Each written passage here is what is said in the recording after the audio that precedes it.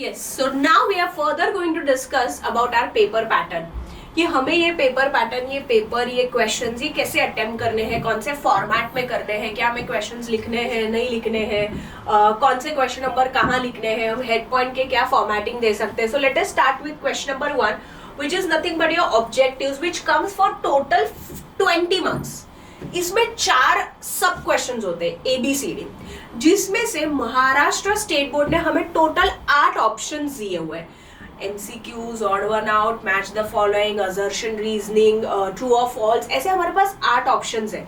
ये 8 में से कोई भी 4 ऑप्शंस आपके बोर्ड एग्जाम में आने वाले हैं, but we don't know today कौन से 4 आने वाले हैं. But major chances assertion reasoning, multiple choice questions के ज्यादा होते हैं. अब इसे हमें क्वेश्चंस लिखना है नहीं लिखना है, अब आप मुझे बताइए स्टूडेंट्स, कितना वेटेज है इसका? 20 marks. So don't you think so it is the most easiest to score. Plus ये 20 मार्क्स हमें पूरे चाहिए, और अगर पूरे चाहिए हम क्वेश्चन नहीं लिखेंगे, कॉलेज टीचर ने हमें बोला है नहीं लिखने के लिए, मार्क्स का नुकसान किसका होने वाला है? हमारा, स्टूडेंट का, right? Why do we have to lose that यार? 20 मार्क्स हमारे जेब में है, एक आंसर लिखने पे हमें 20 मार्क मिलने वाले हैं. चाहे वो असर्शन रीजनिंग हो, ऑड वन आउट हो, मल्टीपल चॉइस क्वेश्चंस हो, या मैच द फॉलोइंग हो, या ट्रू और फॉल्स हो. Students please make a note, you have to mandatory write all the questions. आप समझ रहे हो? आप सोचोगे अरे ठीक है ना, हम हमारे एग्जाम में जाके आगे पीछे वालों पे छोड़ देंगे, हम उनके भरोसे चले जाएंगे, हमने तो ऑब्जेक्टिव्स पढ़ा ही नहीं. और आप सोचो, आप एग्जाम हॉल में गए, वो तुम्हारे पे डिपेंडेंट है, तुम इस पे डिपेंडेंट हो जाएगा ना लफड़ा, फिर हो जाएगा ना तुम्हारा चन्ना मेरे या. आप समझ रहे हो? So therefore it is very much compulsory बेटा कि आप लोग सारा ऑब्जेक्टिव्स पढ़ के जा रहे हो. आप लोग किसी के भरोसे नहीं कर रहे हो. ये भी बोलती हूँ स्टूडेंट्स, ये 20 मार्क्स के लिए मैं तुमको 15 मिनट्स दे रही हूँ, चलो ठीक है 20 मिनट्स दे रही हूँ कॉपी करने के साथ. ये 20 मिनट्स में क्वेश्चन लिख के आई चैलेंज यू, आपका लिख के होने वाला है. असर्शन रीजनिंग, MCQs, ट्रू और फॉल्स, सब कुछ क्वेश्चन लिख के कंप्लीट होता है. असर्शन का सेंटेंस लिखना है, रीजनिंग का सेंटेंस लिखना है, then you have to write the answer. Odd one out का टिक करना है, नीचे वो आंसर को सही से लिखना है. मैच द कॉलम में कॉलम ए लिखना है, सामने की कॉलम में आंसर्स लिखने हैं. मल्टीपल चॉइस में आप क्वेश्चन लिख रहे हो, अंडरलाइन कर रहे हो, नीचे आंसर्स लिख रहे हो. ट्रू और फॉल्स में आप स्टेटमेंट लिख रहे हो, नीचे ट्रू और फॉल्स है उसे अंडरलाइन करके लिख रहे हो. I hope this is very clear to you all. तो यहाँ पे देखिए जैसे करेक्ट ऑप्शन दिया हुआ है, कोरिलेशन दिया हुआ है. अगेन फॉर कोरिलेशन ऑल्सो बेटा you have to write the question. आपने लिखा पूरा क्वेश्चन, जो आपका आंसर है उसे अंडरलाइन करना है. If you don't underline it, irrespective of your answers being correct, you will get absolute 0 mark students. और सोचो ये नुकसान किसका हुआ? I hope you all are getting it. आपका ये पेपर जाने के बाद अगर आपको पेपर देखना है, रीवैल्यूएशन में डालना है, स्टूडेंट्स पैसा लगता है उसके लिए, आपको क्यों वो पैसा एक्स्ट्रा देने हैं? I hope you all are getting it यार. जब आप एग्जाम लिख रहे हो, give it your 100%. Why do you have to skip writing the questions? This is a major doubt query which the students have till the last date of the paper. लिखे नहीं लिखे, अरे भाई नुकसान तेरा है, मत छोड़, लिख दे questions. समझ रहे हो? Moving ahead with, if I talk about question number 2, जिसमें again 2 sub questions होते हैं. Identify and explain the concept. See, out of 5 you have to attempt any 3. That means 2 marks का एक क्वेश्चन हुआ. 1 मार्क होता है आइडेंटिफाई करने के लिए, 1 मार्क होता है उसे एक्सप्लेन करने के लिए. जब आप एक्सप्लेन कर रहे हो मैम 1 मार्क 1 पॉइंट नहीं मिलेगा marks. Welcome to state board. आप अगर 1 मार्क के लिए एटलीस्ट 2-3 पॉइंट्स लिख रहे हो, तब बच्चा जाके आपको 2 on 2 मार्क्स मिलेगा. You have to elaborate your answers. Remember students, बड़ा है तो बेहतर है. जितना बड़ा आंसर रहेगा उतना बेटर मार्क्स फेच करोगे. Moving ahead with, if I talk about distinguish, again see if you have 5 options but you have to attempt any 3. Again 2 marks के लिए आपको कितने पॉइंट्स लिखने हैं? 4 point. Schedule can be a point, diagram can be a point, example can be a point until and unless you explain it. So आप लोग को पूरा डिटेलिंग्स लिखना है. I hope you all are getting it.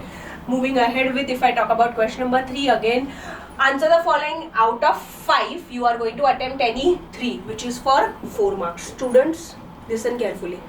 4 marks.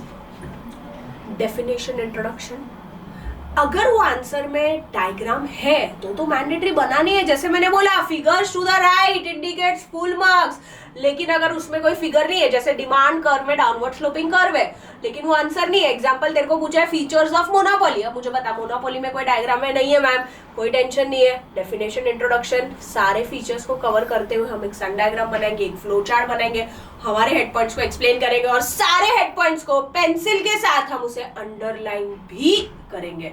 That is how you score better marks. You must have better presentation. उसके बाद if you see there is state with reasons whether you agree or you disagree. Students यहाँ पे आपको yes or no नहीं पूछा है, true or false नहीं पूछा है, आपको पूछा है आप agree कर रहे हो कि disagree कर रहे हो. You write the question. Below that in the answer you write I agree with the given statement, I disagree with the given statement. अगर आपने statement ऊपर लिखा है तो आप about statement भी लिख सकते हो. If it's agree you start with your answer. If it's disagree first you recorrect the sentence and then start with your answer. 1 mark is for agree disagree and the rest of the 3 marks are for detailing of your answer कि आप उसे क्या reasoning दे रहे हो. agree है फिर भी reasoning देना है, disagree है फिर भी reasoning देना है. रीजनिंग देना तो कंपलसरी है. For 3 marks you have to elaborate your answer at least. Again आप अगर half page of the answer लिखोगे स्टूडेंट्स ट्रस्ट मी आपको 2.5 के ऊपर नहीं मिलेगा. If you want to score the best 1 mark agree disagree मिल गया. 3 marks के लिए एटलीस्ट 1 पेज तक इलैबोरेट करो, रीजनिंग लिखो, उसको इलैबोरेट करो, उसे एक्सप्लेन करो, उसे इंट्रोड्यूस करो. दैट इज हाउ वो टैलेंट लाना पड़ेगा उसे इलैबोरेट करने के लिए. Then if you see question number 5 which is again very easiest, जहां पे आपको फॉलोइंग टेबल दिया रहेगा, फिगर दिया रहेगा, पैसेज दिया रहेगा और आपको अकॉर्डिंगली क्वेश्चंस अटेम्प्ट करने हैं. Any 2 out of 3 marks. जहां पे आपको इंडेक्स नंबर का सम आ गया, चलो भाई कैलकुलेट करके बताओ. TUMU का डब्बा आ गया, filling the blanks complete the table करके बताओ. वो एक पैसेज दिया रहेगा इलास्टिसिटी ऑफ डिमांड पे, आपको पूछ लेंगे भाई कौन से पॉइंट पे कौन सी इलास्टिसिटी मेजर करनी है. सच questions will be asked. Students यहाँ पे 8 on 8 मिलने के फुल चांसेस होते हैं.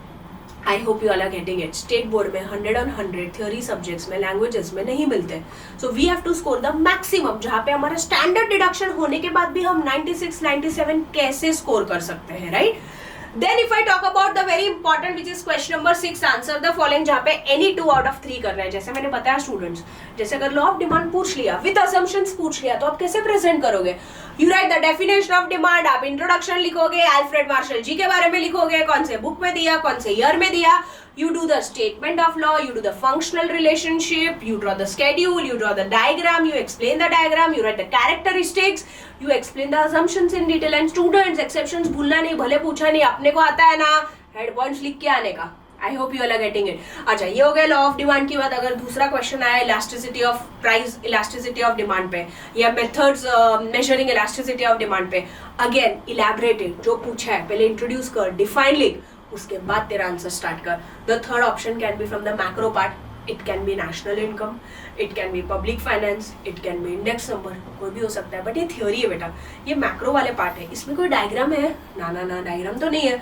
अवॉइड कर. जहां ज्यादा से ज्यादा तू डायग्राम्स वाले क्वेश्चन सिलेक्ट करेगा वहां ज्यादा से ज्यादा मार्क्स मिलने के चांसेस है. जैसे एग्जांपल डेफिनेशन में भाई आइडेंटिफाई द कॉन्सेप्ट में कहीं पे भी तेरा 2 marks डिफाइन आ गया है, 2 marks आइडेंटिफाई आ गया है. डिमांड वर्ड आते ही तेरा डाउनवर्ड स्लोपिंग कर्व आना चाहिए. सप्लाई वर्ड देखते ही तेरा अपवर्ड स्लोपिंग कर्व बनना चाहिए. You have to draw the diagrams wherever possible. And I repeat again student, जहां डायग्राम नहीं है वहां सन डायग्राम फ्लो चार्ट बनाने की आदत डालो. स्टेंसिल लेके जाना एग्जाम में अलाउड है, बिंदास लेके जाने का. I hope that's very very clear to everyone. Question details वो हम ऑफकोर्स हमारे नेक्स्ट वीडियो में डिस्कस करने वाले हैं. टिल देन लाइक करो, कमेंट करो, शेयर करो, अपने दोस्तों की मदद करो. Thank you very much.